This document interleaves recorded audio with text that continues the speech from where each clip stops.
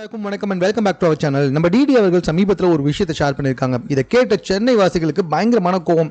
அதாவது அவங்க என்ன சொல்லியிருக்காங்க அப்படின்னு சொல்லி பார்த்தீங்கன்னா, இவங்க இப்போ வரைக்கும் வந்து முழுக்க முழுக்க வெளிநாட்டிலே இருந்து வந்துகிட்டு இருக்காங்க. இந்த பக்கம் தமிழ்நாடு பக்கம் வரதே கிடையாது. ஏற்கனவே அதுக்கு ஒரு காரணம் சொன்னாங்க. இங்கே எல்லா இடத்துக்குமே வீல் சேர் ஆக்சசிபிலிட்டி கிடையாது. ஸோ அதனால் நான் அங்கே இருக்கேன், அங்கே எல்லா இடத்துலையுமே அந்த ஆக்சசிபிலிட்டி இருக்குது அப்படின்னு சொல்லிட்டு. சரி, இது கூட ஓகே, அக்செப்டபிள். பட் ஆனால் இப்போ சொல்லியிருக்காங்க பாரு, இவங்க ரோட்டில் நடந்து போயிட்டு இருக்கும்போது திடீர்னு யாராவது வந்துட்டு காலில் விழுந்துடுறாங்களாம். அது வந்துட்டு இவங்களுக்கு ரொம்ப ஆக்வர்டாக இருக்கான்.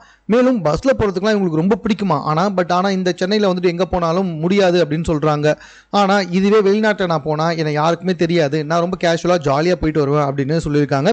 இதை கேட்ட மக்கள் தான் சம கோவத்தில் இருக்காங்க. பிகாஸ் இவங்க போகிறப்ப யார் காலில் விழுறா? இப்போ இருக்க 2K கிட்ஸ் டெஃபினட்டாக வந்துட்டு பார்த்தீங்கன்னா செல்ஃபி எடுக்க ஆசைப்படுவாங்களே தவிர்த்து காலில் விழுவாங்களான்னு கேட்டால் வாய்ப்பே கிடையாது. ஒருவேளை கொஞ்சம் நடுத்தரமாக இருக்கவங்க காலில் விழணும்னா அப்போ டிடிக்கு என்ன 50-60 வயசு ஆகிடுச்சா அப்படின்ற ஒரு கொஸ்டின் வருது. அதுவே மேபி பொய்யா இருக்கிறதுக்கு நிறைய சான்சஸ் இருக்குது.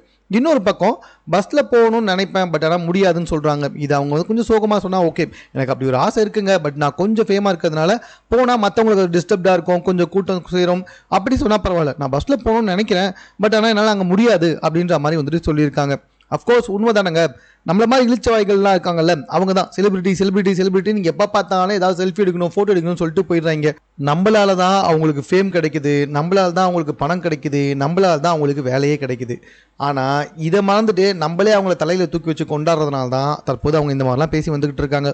அட் த சேம் டைம் டிடியோடைய பேச்சு தன்மை வந்துட்டு கொஞ்சம் பொலைட்டாக இருந்தால் இப்படிப்பட்ட டாக் வந்திருக்காது அப்படின்ட்டு தான் என்னுடைய ஒரே விஷயம். அதாவது அவங்க பேசுறது எப்படி பேசுகிறாங்க, ஆமாங்க நான் அங்கே நினைக்கிறேன், பட் ஆனால் என்னால் போக முடியல, போனால் என்னோடய ரசிகர்கள் கொஞ்சம் சூழ்ந்துப்பாங்க, அது அவங்களுக்குமே வந்துட்டு பிரச்சனையாக இருக்கும், எனக்குமே பிரச்சனையாக இருக்கும். இப்படி பேசுறது எப்படி இருக்குது, நான் பஸ்ஸில் போகணும்னு நினைப்பேன், பட் ஆனால் முடியாது என்னால் அப்படின்னு சொல்லும்பொழுது கொஞ்சம் லைட்டாக அவங்க வந்துட்டு திமிரா பேசினாங்களோ அப்படின்ற மாதிரி வந்துட்டு எனக்கு தோணுச்சு. மற்றபடி ஒன்றும் இல்லை. டிடியோடைய இந்த டாக்கை நீங்கள் எப்படி பார்க்குறீங்க அப்படின்றத கமெண்ட்டில் தெரியப்படுத்துங்க. மேலும் இது போன்ற செய்திகளை தெரிந்து கொள்வதற்கு நம்ம சென்னை சேனலை சப்ஸ்கிரைப் பண்ணுங்கள்.